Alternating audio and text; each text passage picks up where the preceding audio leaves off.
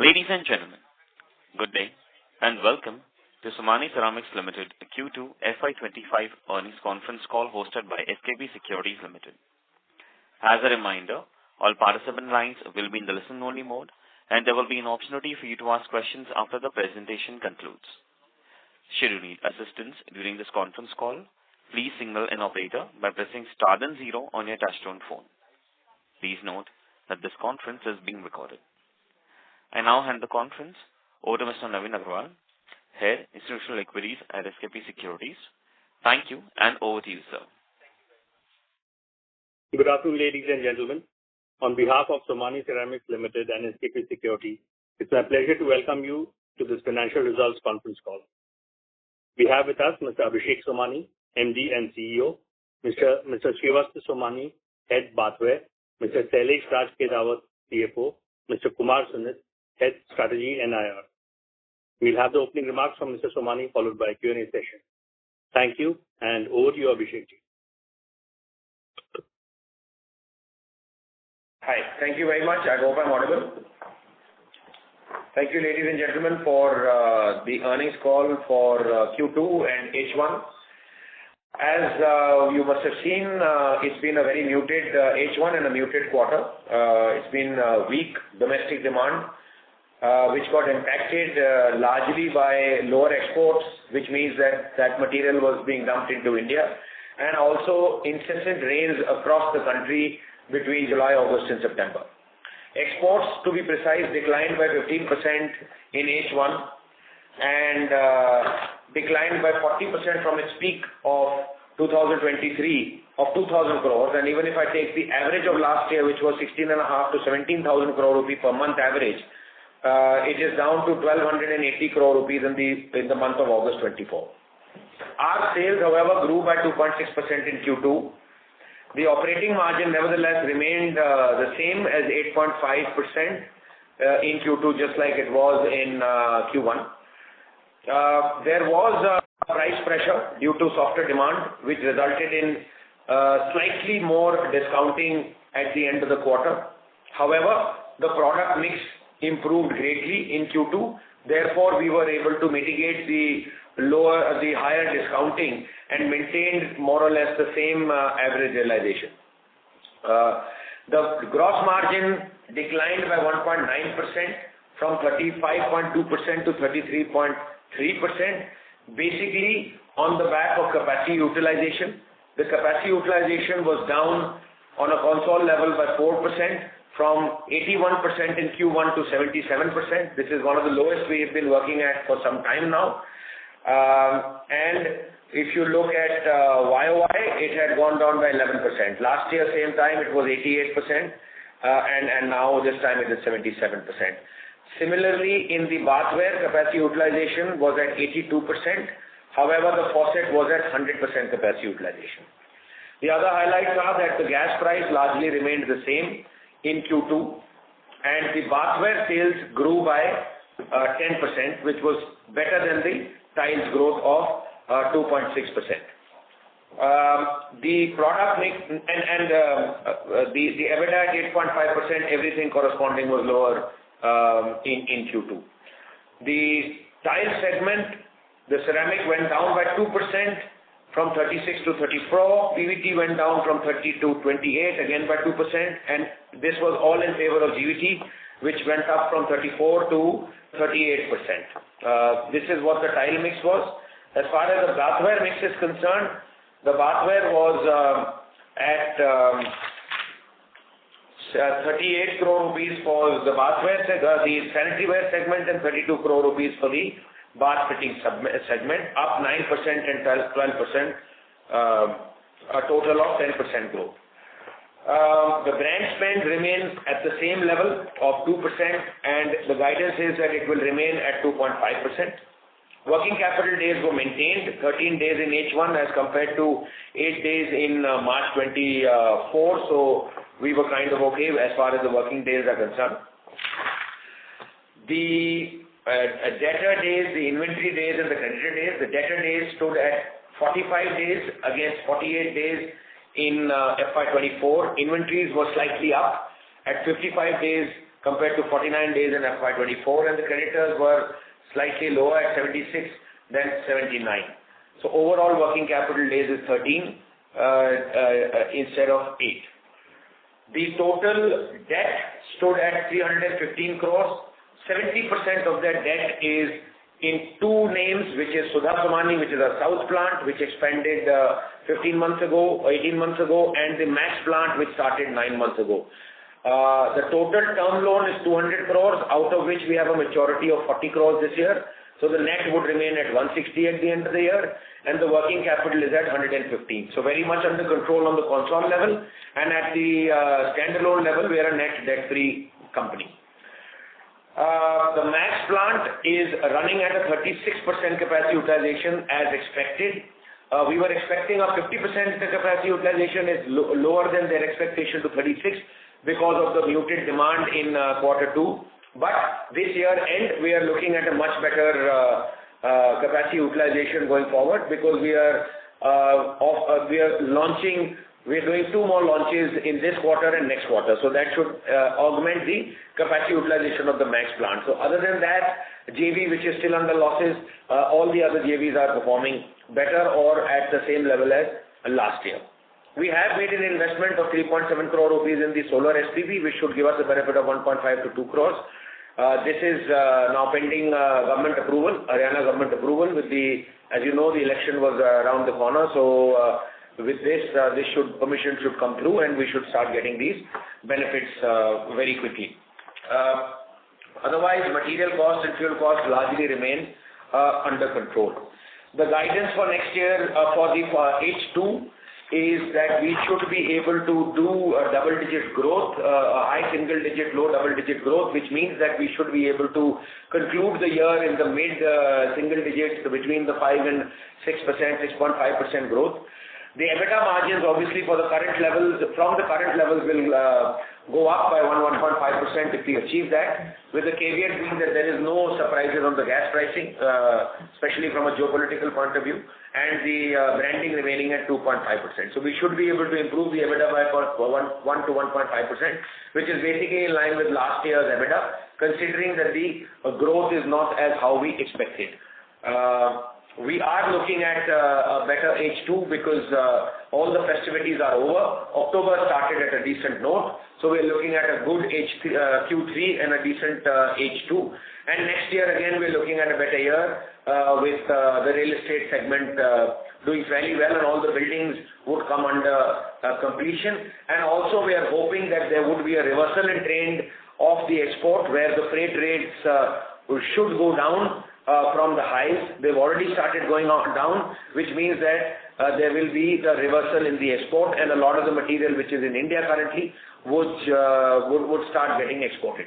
So these are the highlights from Q2. Overall, very optimistic, but not too happy with the Q2 results, especially due to rains and the lower export, which put pressure on the Indian volume and also the value, also the pricing. So over to you. Thank you very much. Thank you very much. We will now begin with the question and answer session. Anyone who wishes to ask a question may press star and 1 on their touchtone telephone. If you wish to remove yourself from the question queue, you may press star and 2. Participants are requested to use handsets while asking a question. Ladies and gentlemen, we will wait for a moment while the question queue assembles. Participants, you may press star and 1 to ask a question. The first question is from the line of Sneha Talreja from Nuvama. Please go ahead. Okay. Hi. Good evening, sir. Good evening, sir. Good evening, sir, and thanks a lot for the opportunity. Just a couple of questions from my end. Firstly, on the volume growth side. We've seen slightly muted volume growth versus leader. Now, this is second consecutive quarter where our volume growth is not aligning with the leader. Generally, it used to be largely in line. Firstly, we wanted to understand on that particular front, and then I'll just switch to my second question.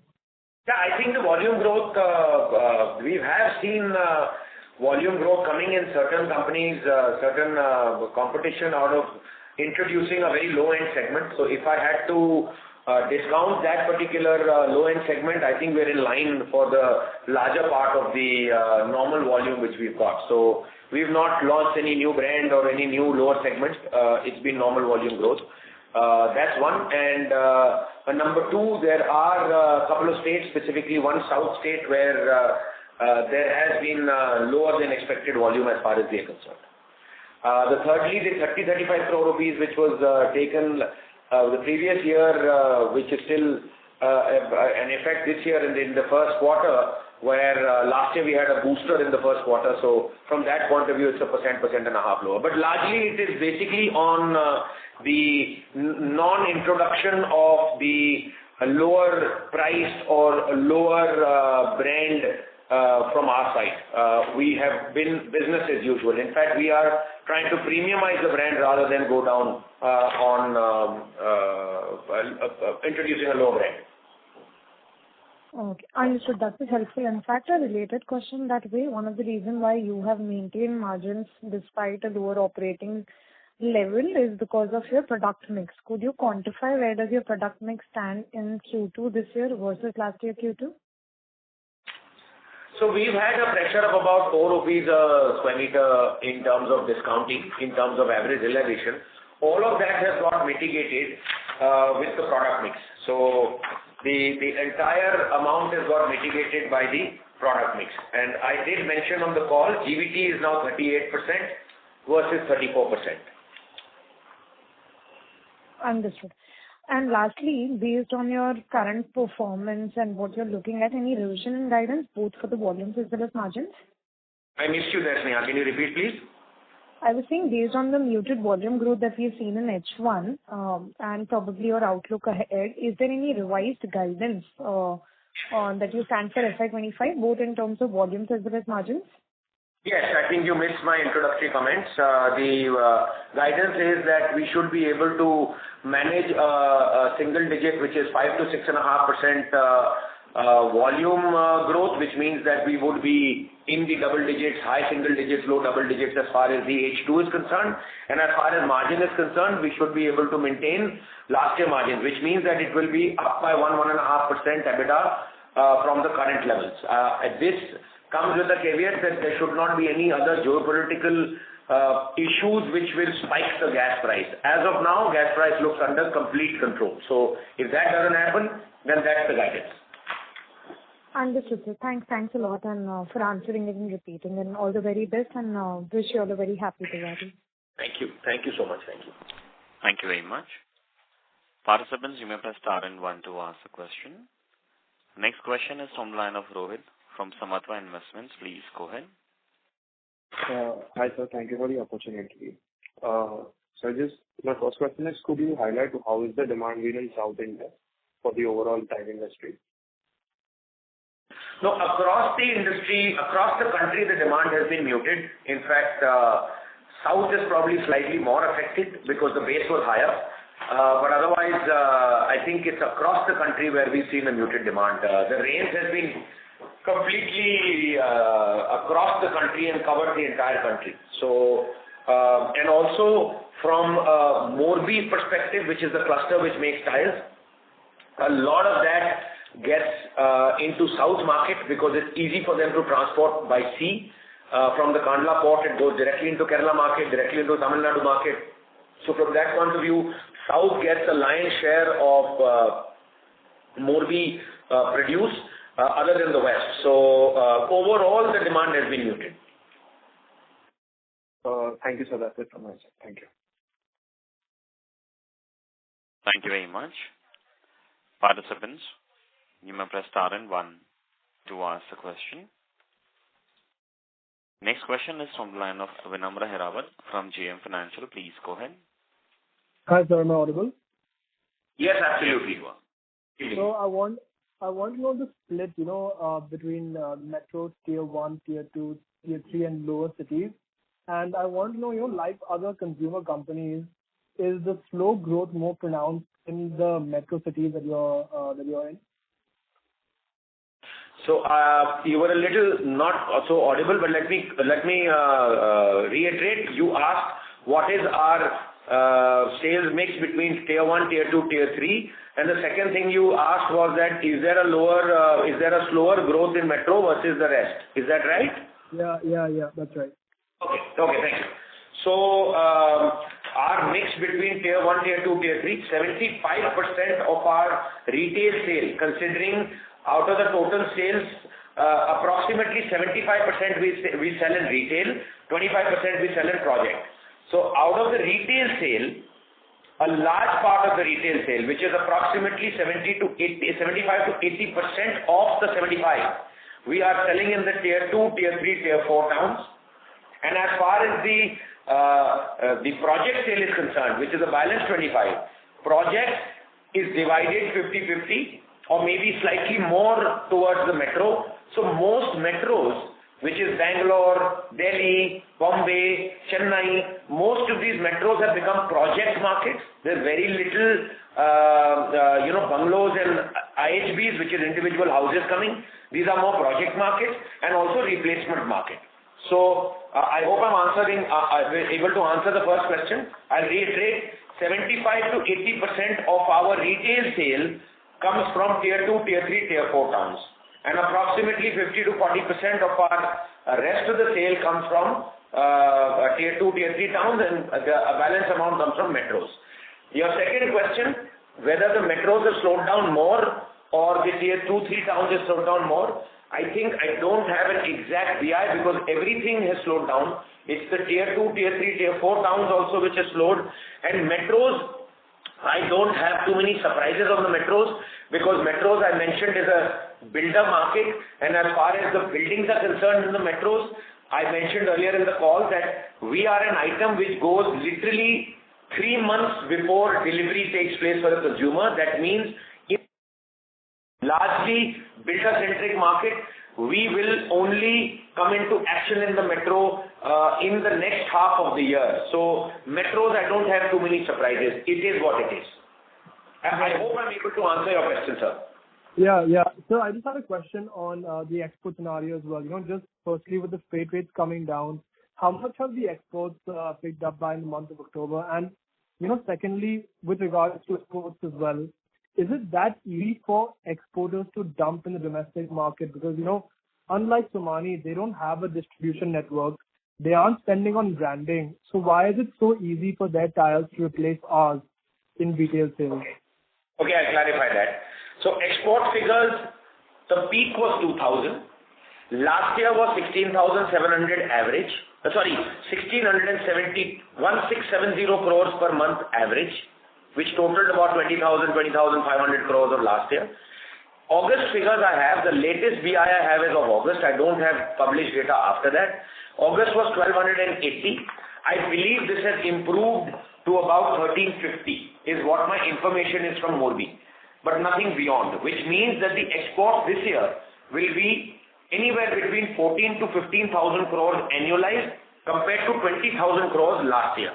Your second question, and is it improving? It will only improve when freight rates go down. And anyway, the season's kind of not there in November and December for most of the European and American markets because whatever had to leave the country has left. Christmas stocking has taken place. Now the next export for these markets will happen only in December, which will be reaching that port in January after Christmas. As far as your second question is concerned, you're absolutely right. So the problem is not of the volume which they're selling in India.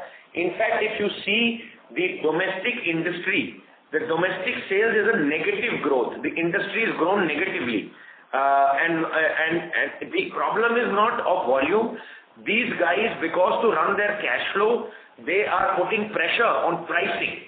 So when they put pressure on pricing, the trade inventory goes down because the trade is always unsure as to what the price would be next week. So therefore, if you see, the trade inventory currently is not very high. And as a result, we have been forced to lower our capacity utilization from 81 to 77. Normally, if the trade would have been more receptive, we would have been able to push some stock in the trade and make our capacity utilization slightly better. I don't think it would have had super duper numbers, but it would have been definitely better than what it is now. So this is the vicious cycle where export not happening puts pressure on the pricing. Putting pressure on the pricing, the shopkeepers are very wary of what is going to happen next. Therefore, they are stocking less. Therefore, they are stocking the vanilla items. They are not stocking so much of the value-added items. And as a result, our capacity utilization has seen a downtrend. I hope I've been able to answer. Yeah. Got sir, I can just put one more question in. You had stated that festive demand. Sorry to interrupt, your voice is breaking. Can you please come in Sure. the reception area? Is this better? Yes, please. Yeah. So you had stated that festive demand should bring, a pickup in sales. October marks the start of the festive season. Yeah. If we can have, what kind of volume growth have we seen this month? Any indication on that? So this month is better than what it was the same time last year. 3 days are left of the month. But as I speak, as of today versus last year same date, it's slightly better. And if October being a Diwali month is better, there is a lot of green shoots. Considering November and December are completely clean months for us. Last year, mid-November was Diwali, we lost 1 week before, 1 week after. Okay, got it. Thank you. Thank you. Thank you very much. Participants, you may press star and 1 to ask the question. Next question is from the line of Keshav Lahoti from HDFC Securities. Please go ahead. Hi, thank you for the opportunity. So what we understand, the industry leader is low on project sales and they have a big plan of 30% growth on this segment. So how should we see, like we already have a good presence, so it would be more like a 10% growth for Somany, or do we have scope to grow at a faster rate of 20-30%? I missed the first part. You were a little, what were you saying? The industry leader is what? The industry leader talks about, growing in project business by 30% year on year for this and in fact next year also, although their mix is lower in the entire revenue pie. So how would be that for you? Yeah. So I don't have the calculation. I can do that. But last year we were at 80% retail. This year we would be at 75% retail. So I don't have the growth. If that 5% goes up in project, which is between government and private projects. So government also, I think the only people spending in the Indian industry right now are the government. So that is going up. And with the RERA coming in, the better builders, we have started supplying more products to. So the mix is changing from an 80% project retail to 75% retail. So if I had to look at that 5% shift, the project would grow at about 25%, more or less. So similar figures. Understood. Got it. So you're talking about retail sales growth of 2 to 3% for this year, if I assume project will grow at such a fast pace. So how should we look? Is it like the market is so weak, or somewhere because of higher dumping by Morbi, possibly the domestic players have to lose market share, the big industry players also? The lion's share is project, and the lion's share of the value is coming out from retail. So is it right to assume the retail industry is growing by 2 to 3% this year, because that would be your growth rate for this year? So not really, because a lot of these builders are not directly buying from us. They also buy from the retail. So the smaller towns, most of the builders are buying from the retail. Understood. Got it. One last question. Max plant capacity utilization is around 36% for both Q1 and Q2, right? Yes. Correct. So we haven't seen any ramp up in Max. Ideally, Q2 is a better quarter and Max was a new plant, so ideally the ramp up should be faster. So why is that so?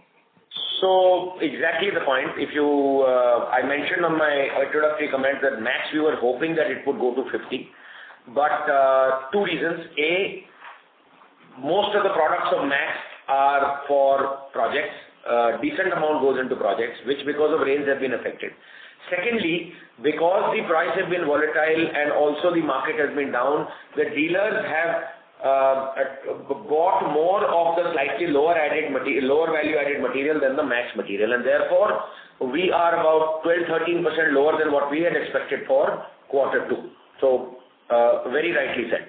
But that should remain in Q3 and 4. Understood. Got it. One last question I'll ask. So is your project and retail margin similar or project would be lower? Project is lower. Retail is obviously much better in terms of payment and in terms of margins both.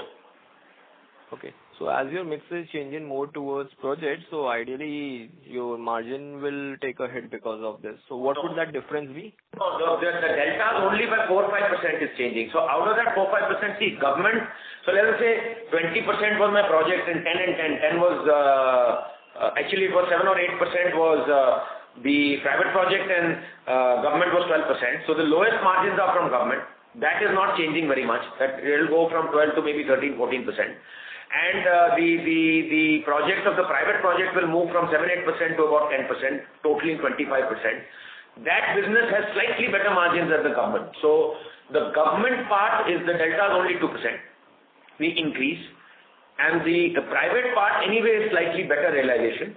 So it's not going to really take a large toll on the realization considering we are improving our value add mix. We should be, if we are able to pull off more volume, we will be probably in a better average realization this year than last year. Okay, got it. So just to follow up on this, so the 10% margin guidance which is there for FY'25, so normally if the 10% is for a company, how would this private project margin look like? I don't have offhand on that from an EBITDA perspective. Okay, that's it. Thank you. Thank you very much. Participants, you may press star and 1 to ask the question. Next follow-up question is from the line of Vinamra Hirawat from JM Financial. Please go ahead. So, sir, as I understand, we've had two issues this quarter. Export dumping caused by caused lower prices and heavy rain. The good thing is that they both can somewhat be classed as if you can just give us some numbers on these issues, so we can understand what your growth would look like without them. Like how many retail days did you lose because of rains? How much lower were prices that the export players dumped into domestic market? So just some more color into like numeric evidence of the two issues that caused weak demand this quarter. I won't be able to give you number of days lost as per rain because that's state specific. But I do have numbers as far as what we have been pressurized in terms of the export dumping. We've had a 4% reduction in our average realization if I discount the mitigation by the product mix.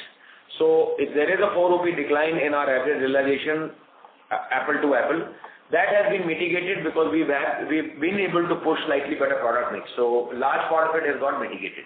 So that has been the pressure. So let's say 4 rupees has been the pressure. And even on the value added, I'm looking at only mitigation, but there also there's been pressure. Had it not been pressure, probably, the value added also would have got sold at a slightly better price. So how much lower are the prices that the export players are dumping in the market than our prices? See, export, most of the unbranded guys are exporting. So it's really not, It's really not a yardstick or a benchmark. But the only problem is that they confuse the market, they confuse the dealers. The dealers feel that if this is going to happen, volumes are down, rains are there, even the brand leaders may discount the product, which really didn't happen so much. Okay, got it. Yeah, that's it. Thank you. Thank you. Participants, you may press star and 1 to ask the question.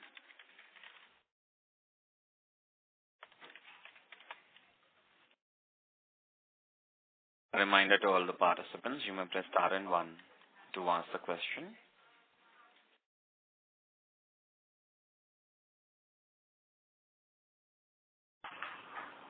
Next question is from the line of Guneet Singh from Counter Cyclical PMS. Please go ahead. Hi, sir. Thank you for this opportunity. So the guidance that you have given of about 6-7% growth in FY'25, I would like to understand what are the downside risks to it that you see.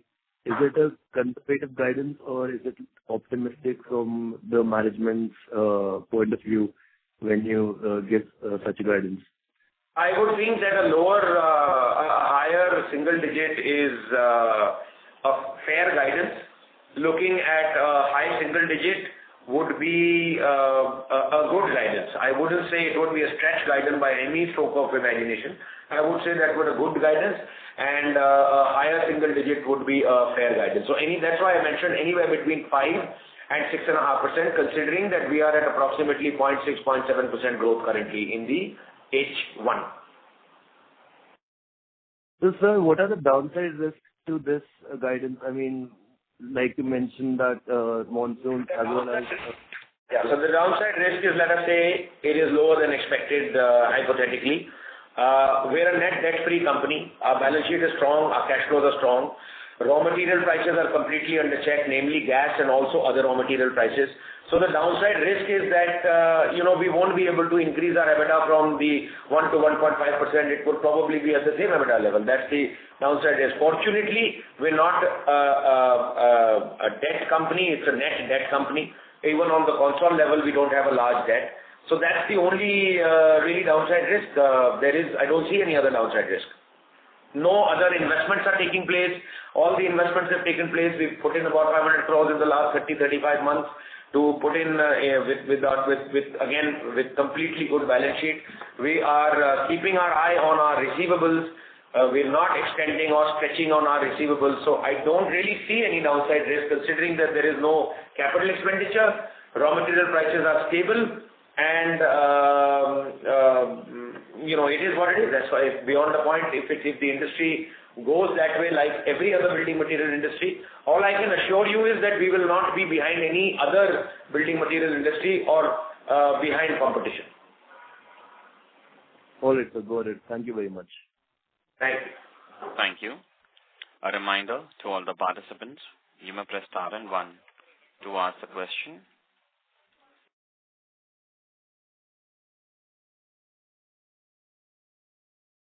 As there are no further questions, I will now hand the conference over to Mr. Somany for closing comments. Thank you so much, everyone. Optimistic about Q3 and Q4. Like I said, October started well, so hopefully things should be better. And we have a clean 5 months ahead of us with not too many festivities, which spoils the rhythm of the market. And I'm wishing every one of you a very happy and prosperous Diwali. Happy Diwali to all of you. Thank you very much. On behalf of SKP Securities Limited, that concludes this conference. Thank you for joining us, and you may now disconnect your lines. Thank you.